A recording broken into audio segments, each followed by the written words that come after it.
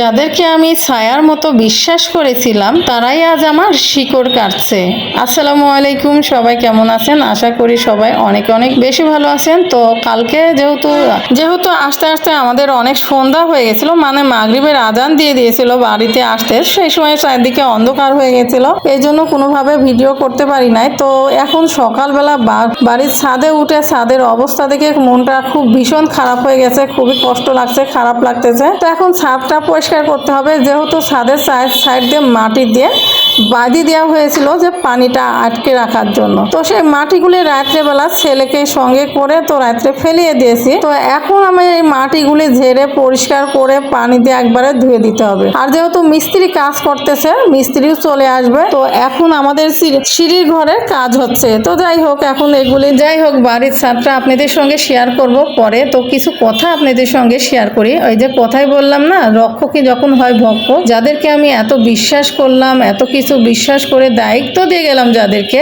মানুষ বলে না আপনের থেকে পর ভালো, পরের থেকে জঙ্গল ভালো, আসলে কথা ঠিকই বলে। গুরুজনরা যে কথাটা বলে আসলে সত্যির কথাটাই বলে। যাদেরকে বিশ্বাস করে দায়িত্ব দিয়ে গেলাম, তারা দায়িত্বর বদলে অপকরাটাই করে তুলে বেশি করে আমার প্রত্যেকটা জিনিস নষ্ট করে দিল তারা। তাহলে বলেন, আপনজনদেরকে বিশ্বাস করার থেকে বাইরের মানুষকে বিশ্বাস করাটাই বেশি ভালো, তাই না? তো যাই হোক, যাদেরকে এত বিশ্বাস করলাম, এত ভরসা করলাম, তারাই পিছে ছুরি মারলো। তো এই কষ্টটা না কারোর সঙ্গে শেয়ার করাও যায় না, কাউকে বলাও যায় না।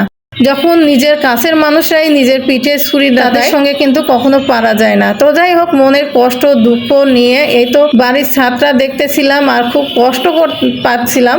তো তারপরেও এই কষ্টের মধ্যে মুখে হাসি নিয়ে বাড়ির চারপাশটা ঘুরতেছিলাম, ছাদের কাজ হচ্ছিল সেটাও দেখতেছিলাম। তো ভাবলাম যে আপনাদের সঙ্গে একটু আমার ছাদের চারপাশের ভিউগুলি আপনাদের সঙ্গে শেয়ার করি। তো যেহেতু এখনো পর্যন্ত মিস্ত্রি এসে পড়ি নাই, তো এখন এই সময় একটু আপনাদের সঙ্গে শেয়ার করি। এই তো সিঁড়ি ঘরের এ পর্যন্ত গাঁথনি হয়েছে, আরো গাঁথনি হবে, তো তারপরে আরো কিছু কাজ আছে। তো ভাবলাম যে যেহেতু নিজের আপনজনরাই যখন পিঠে ছুরি মারে, তো বাড়ির চারপাশটা খোলা রেখে আর কি করব। তো তার জন্য জানালা দরজা কিভাবে বন্ধ করি না করি সবকিছু শেয়ার করার চেষ্টা করেছিলাম, কিন্তু ভাগ্যের কি লীলা খেলা, দেখুন আমি কিছুই করতে পারিনি। তো এই যে আমার বাড়ির চারপাশের ভিউগুলি দেখুন বন্ধুরা, অনেক সুন্দর লাগছে। সবাই মাশাআল্লাহ বলবেন, আমার বাড়ির চারপাশের ভিউটা অনেক সুন্দর, মাশাআল্লাহ। তো এই তো চারপাশের ভিউগুলি আপনাদের সঙ্গে শেয়ার করলাম। আর বাড়ির ছাদটা দেখলে আপনি নিজে কষ্ট পাবেন। তো এই তো সামান্য দেখতে পেলেন। এখন এই তো মানে সকালবেলা আমরা দুই মা ছেলে মিলে মেয়েকে সঙ্গে করে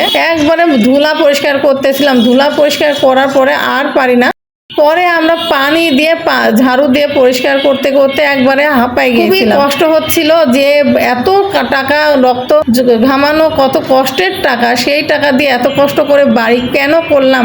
আজ মনে হচ্ছে যে গ্রামে বাড়ি করাটা হয়তো বা ভুলই হয়ে গেল। শহরে বাড়ি করলে গ্রামে বাড়ি করলাম, তাই মনের ভিতরে খুবই কষ্ট লাগতেছিল। যাদেরকে বিশ্বাস করে বাড়িটা দেখাশোনার দায়িত্ব দিয়ে গেলাম, তারা কিছুই করলো না, আমার সবকিছু নষ্ট করেই দিল। তো যাই হোক, কিছু করার নেই। এর মধ্যে এই ছোট্ট বাবুটার সঙ্গে কিছু গল্প, কিছু হাসি ঠাট্টা করে সময় কাটালাম। মনের ভিতরে কষ্ট নিয়ে হলেও কিছু করার নেই। তো বাবুটার সঙ্গে অনেক ইয়ার্কি ফাজলাম করতেছিলাম, ও আমাদের সঙ্গে অনেক আনন্দ পাচ্ছিল। কি করব বলেন, এখন মনের ভিতরে যত কষ্টই থাকুক না কেন, কারোর সঙ্গে শেয়ার করে তো আর কোনো লাভ নেই। যাদের সাথে শেয়ার করতে যাবেন তারাই কিন্তু আবার আপনার পিছনে আঘাত করবে। তো অতএব নিজের কষ্টটা নিজের মধ্যে রেখে, হাসি খুশি মনে রেখে সব কাজ কমপ্লিট করে নিজের গন্তব্যে ফিরে যাওয়াটাই বেশি ভালো। তো যাই হোক, সবাই দোয়া করবেন যেন খুব শীঘ্রই আমার বাড়িটা পুরোপুরি কমপ্লিট করতে পারি আর আপনাদের সঙ্গে শেয়ার যেন করতে পারে।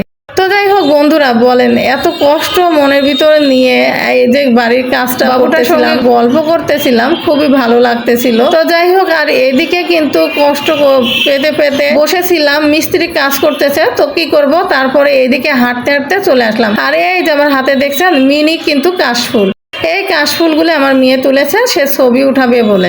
তো আমি এখানে বলছি আমার হাতেও দাও, আমি কিছু সুন্দর মুহূর্তগুলি ধরে রাখা যাবে। আর এই যে গ্রাম মানে কত সুন্দর, সবুজ শ্যামল গাছপালা, এদের ধান ক্ষেত দেখতে অনেক ভালো লাগতেছিল। তো ভাবলাম যে একটু আপনাদের সঙ্গে শেয়ার করে ফেলি। মনের ভিতরে যত কষ্টই থাকুক না কেন, এই যে সবুজ ঘাসপালা, ধান ক্ষেত, এগুলি দেখার পর কিন্তু মনটা এমনিতেই ভালো হয়ে যায়। আর গ্রামে আসলে গ্রামের প্রকৃতির সঙ্গে কেন যেন আমি মিশে যাই।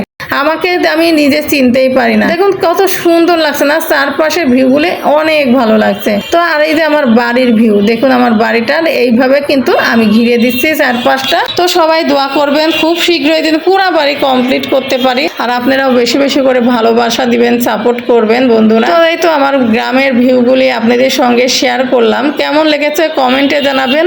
আর যারা এখনো পর্যন্ত আমার ইউটিউব চ্যানেলটি সাবস্ক্রাইব করেননি অবশ্যই সাবস্ক্রাইব করবেন। তো যাই হোক, এখানে মেয়ের সঙ্গে ইয়ার্কি ফাজলামও গল্প করতে করতে আর বারে বারে দেখতেছি এই যে পিছন থেকে বাড়ির ভিউগুলি দেখতেছিলাম। তো যাই হোক, আপনাদের সঙ্গেও তো শেয়ার করলাম বন্ধুরা, আপনাদের কাছে কেমন লেগেছে অবশ্যই কমেন্টে জানাবেন। তো এই তো আপনাদের সঙ্গে শেয়ার করে ফেলেছি। তো এই তো মনের দুঃখ কষ্ট ভিতরে নিয়ে তারপরে হাসি খুশি ভাবে কিন্তু গ্রামটা ঘুরতেছি, আর খুবই ভালো লাগছে। আর আমার এই গ্রামের ভিউটা মানে বাড়ির চারপাশের ভিউটা আর বাড়িটা দেখতে কেমন লাগছে অবশ্যই সবাই কমেন্টে জানাবেন। আর এই যে মাটির যে রাস্তা, চারপাশে ধান ক্ষেত আর মাটির রাস্তা মাঝখান দিয়ে দেখতে অনেক ভালো লাগতেছে। কিন্তু এই ভালো লাগাটাই কিন্তু অনেক সুন্দর লাগছে, কারণ গ্রামে কিন্তু প্রকৃতি, গ্রামের হাওয়া বাতাস একবারেই আলাদা। শহরে কিচিমিচি ডাক নেই, পাখির কণ্ঠ নেই, কিছু নেই। শহরে অন্তত গাড়ির শব্দ আর সবসময় মানুষের আওয়াজ এগুলিই পাবেন। আর গ্রামে দেখুন কত সুন্দর, তাই না? তো মাশাআল্লাহ, ওই যে আমার বাড়ি দেখতে পাচ্ছেন, আমার বাড়ির চারপাশের গাছের ভিউগুলি আরো অসাধারণ, তাই না? তো যাই হোক, মেয়ের সঙ্গে ফাজলামো করতেছিলাম আর এই তো গল্প করতেছিলাম, আছি তো কয়দিন। তারপরে বাড়ির এইগুলি কাজ কমপ্লিট হলে আবারও সেই শহরের যানজট শহরে ফেরত যেতে হবে। তো সবাই দোয়া করবেন কত তাড়াতাড়ি যেন খুব শীঘ্রই আমরা আমার এই গ্রামের বাড়িতে পার হয়ে চলে আসতে পারি। আর কে কে সবাই চান যে গ্রামে থাকলে বেশি ভালো হয়, তারা অবশ্যই কমেন্ট করে জানাবেন যে এই গ্রামে থাকা ভালো না শহরে থাকা ভালো। তো যাই হোক বন্ধুরা, ভিডিওটি ভালো লাগলে অবশ্যই লাইক করবেন, কমেন্ট করে জানাবেন। আরো কি করি না করি সেগুলি তো আপনাদের সঙ্গে শেয়ার করার চেষ্টা করেছিলাম, কিন্তু দুঃখের বিষয় আমি ভিডিও কোনোভাবে করার সুযোগ পাই নাই। বাড়ির অনেক কাজ, অনেক কিছুর মধ্যে থেকে আমি একবারে ভুলে গিয়েছিলাম, ভিডিও করার সুযোগই পাই নাই। তো যাই হোক, তারপরে আবারও আসবো যখন, তখন ভিডিও শেয়ার করার চেষ্টা করব। তো যতটুকু ভিডিও করে রাখছিলাম সেটাই আপনাদের সঙ্গে একটু শেয়ার করলাম। আর গ্রামে আসলে মনে হয় না যে আমি কখনো শহরে ছিলাম।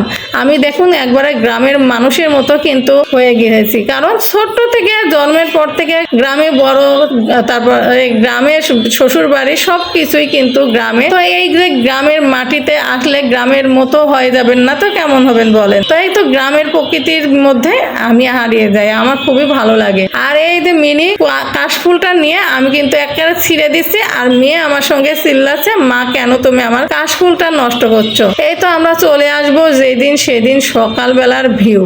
আমরা এই যে দেখতে পাচ্ছেন আমার বাড়ির ভিউটা দেখতে পাচ্ছেন, আর এখানে কিন্তু বড় যাও তারা লাউ বিক্রি করে, তো লাউ কেনার জন্য চলে আসলাম। মেয়ে লাউয়ের তরকারি খাইতে চাইছে, তো লাউ নিয়ে আমরা চলে যাব।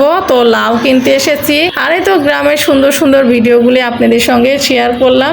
বন্ধুরা কেমন লেগেছে অবশ্যই কমেন্টে জানাবেন। অবশ্যই আমার ইউটিউব চ্যানেলটি সাবস্ক্রাইব করবেন, ফেসবুক পেজটি ফলো করবেন। আজকের মতো বিদায় নিচ্ছি এই পর্যন্তই। সবাই ভালো থাকবেন, সুস্থ থাকবেন। আল্লাহ হাফেজ, আসসালামু আলাইকুম। টাটকা লাউ আর কে কে খেতে পছন্দ করেন কমেন্টে জানাবেন। আর আপনাদের এই গ্রামের ভিউটি কেমন লাগলো কমেন্টে জানাবেন।